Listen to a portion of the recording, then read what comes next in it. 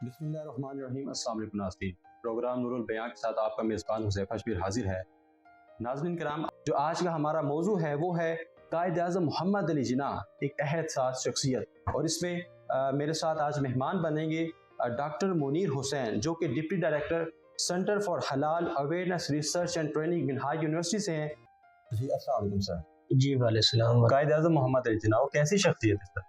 زمانے میں اگر ہم دیکھیں دو طرح کی شخصیات ہوتی ہیں، ایک زمانے کے مطابق اپنے آپ کو ڈال کر زندگی بسر کرتی ہیں جی۔ اور دوسری شخصیات وہ ہوتی ہیں کہ جن کے پیچھے زمانہ چلتا ہے، بے شک۔ مطلب کہ جس سمت وہ چلتے ہیں اسی طرف زمانہ چلتا ہے۔ تو قائد اعظم رحمۃ اللہ علیہ ان شخصیات میں سر فہرست ہے جنہوں نے زمانہ خود اپنا ایک بنایا۔ بے شک۔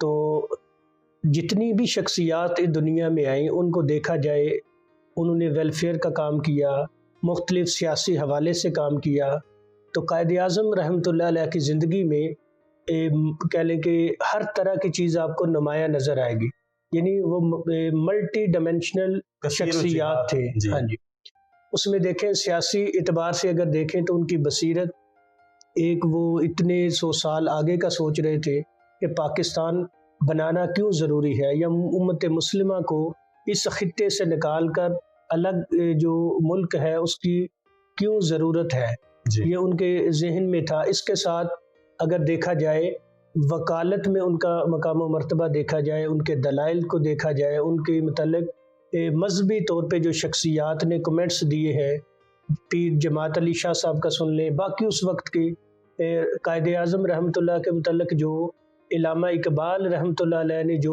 الفاظ بیان کیے وہ بھی تاریخ میں ہمیں مل جاتے ہیں۔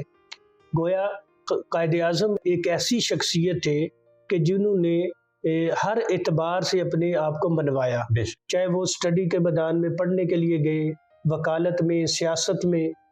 آپ اس کا دیکھ لیں رزلٹ پاکستان کی شکل میں جو انہوں نے ہمیں ایک الگ ملک دیا، تو یہ اس وقت کے جو حالات تھے انڈیا میں، یا جو سیاسی طور پہ جو وہاں پہ لوگ قابض تھے، بڑی حکمت کے ساتھ ان کو کنونس کر کے الگ ملک بنانے کے لیے انہوں نے جو جد و جہد کی، وہ آج ہمارے سامنے ہے۔ جو انہوں نے الگ ملک بنایا، میں آپ کو پڑھ کے بتاتا ہوں کہ انہوں نے کیوں بنایا تھا، اس کی کیا وجہ تھی۔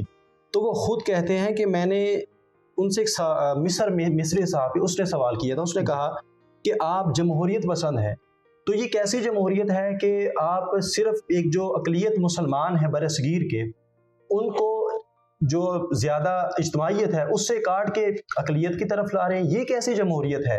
تو آپ نے کہا کہ میں محض ہندوستان کے مسلمانوں کے لیے پاکستان بنانا نہیں چاہتا، بلکہ میں تمام عالم کے مسلمانوں کے لیے پاکستان بنانا چاہتا ہوں۔